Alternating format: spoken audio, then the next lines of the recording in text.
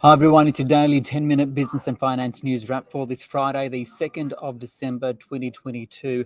Later, we'll talk about why the market now sees just a 55% chance we'll see an interest rate rise of 25 basis points on Tuesday when the Reserve Bank board meets. But first, to the world's most expensive cities. Australia's highest entrant was Sydney at number 10. But who is at the top spot? For more, I spoke earlier with Upasana Dutt from the Economist Intelligence Unit in India. First of all, just how much more expensive are the world's cities becoming and why? Well, a lot more expensive.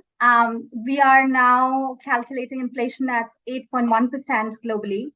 And this is the highest that we have digital records for in the past 20 years. So it's eye-wateringly expensive. And this compares to 5.5%, which is pretty high last year.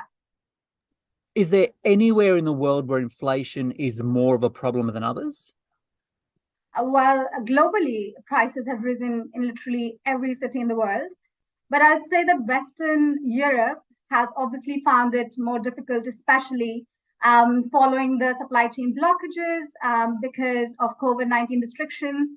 There was the Russia-Ukraine war in February 22, which just meant that oil supplies were limited, Western sanctions were applied. As a result, inflation has been extremely high in Western Europe. So you'll see a lot of Western European cities having fallen in our rankings. So you've ranked some of the world's biggest cities in terms of just how expensive they are. Before you reveal who they are, can you go through the methodology? Oh, absolutely. So what we do is we have researchers and contributors in these cities. They go to various levels of shopping, marketing areas. So we look at areas which are more reasonable, mid-sized markets, and then luxury markets. And then about 50,000 data points are collected across the world. And then this is indexed by economists. We put it all together in one international currency for which is US dollars for us. And we benchmark all our cities against New York, which is how the index is created and the rankings follow, and there are movements within the rankings depending on how they fare against New York. So speaking of rankings, which are some of the world's most expensive cities? Surprisingly, we've got New York for the very first time. It's never happened in the history of our double poll rankings that New York's made to the top. But, while I say surprising, it's also unsurprising because of how the Fed has constantly increased the interest rates, which has just meant that the dollar has appreciated significantly.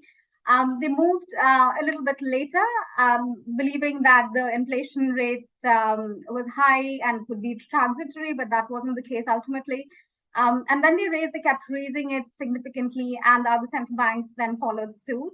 But just meant that the dollar was much more stronger than any other currency in the world at this point in time, which has also meant that lots of American cities have moved up the ranking, and New York's taken the cake. Of course, it's the most expensive city, and it shares that position with Singapore. Singapore is a repeat first top position in our rankings. It's one of the most expensive cities in the world, and this is for the 8th time in the last 10 years that it's made it to the top. Okay, any other interesting moves on that list? Lots of interesting moves, especially because of the very unpredictable climate that we live in now, right? So we've got Japanese cities which have moved down the ranking. That's because it's desirous for the central bank to keep the inflation rate a little higher than other cities in the world.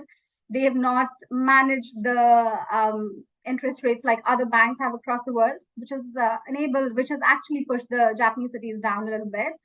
On the other hand, commodity price is very strong in Australia, so they have been able to maintain their position. Their current account surplus was quite high, which is why they did not fall down the rankings like other cities have. And of course, most interestingly, the Russian cities have gone up the ranking because of the capital controls, import restrictions, and of course, they continue to sell gas and oil in rubles. So that has upheld the currency quite a bit. Upasana Dutt there from the Economist Intelligence Unit in India. Now to the Australian share market, which ended the week down. The S&P ASX 200 down 0.7%, 7,301. For more, I spoke earlier with Omkar Joshi from Opal Capital Management. So losses have been pretty much across the board today, and it's really just a give back of some of the rally that we saw yesterday. So it's not unusual, especially in this market where you do have a sharp rally one day and you tend to have a bit of a weaker day the next day after that. So some of that rally was attributed to these macro factors, right? The US and China, a potential pivot from the US Federal Reserve when it comes to interest rates, then these ongoing developments out of China in terms of COVID policies and a potential relaxation of that. Just how significant are these two?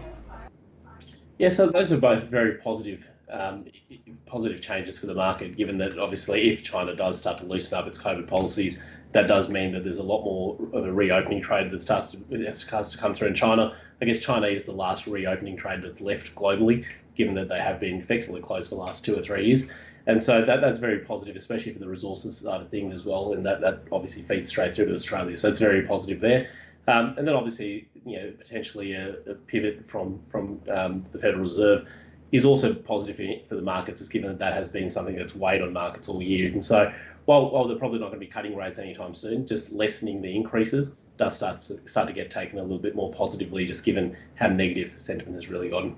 Speaking of pivoting, what about a pause? Earlier this week we saw here in Australia the CPI indicator, which seemed to suggest that there's been a slowdown in inflation. And now there's some talk that, hey, the Reserve Bank may look at this data. There was also data out about new home loan approvals down for the last few months as well. What's the market now thinking the RBA will do next month and ongoing?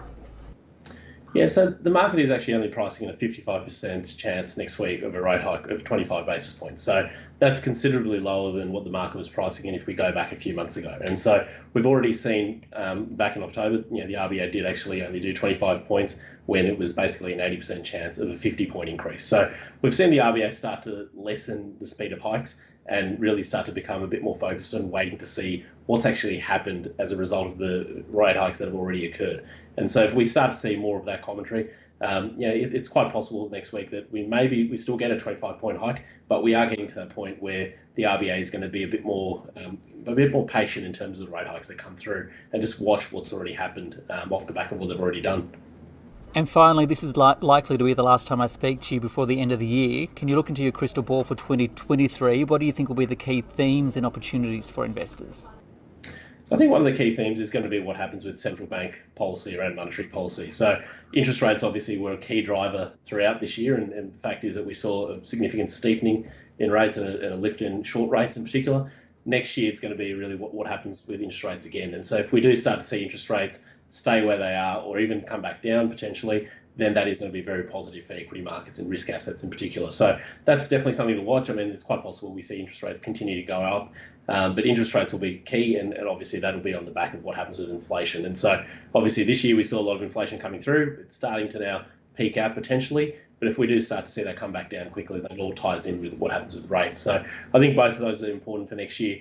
And then again, the other piece is really M&A, and that has been a very big theme all through this year, and I suspect there'll be more of that to come next year, especially if we do see a bit more stability in broader equity markets. Omkar Joshi there from Opal Capital Management.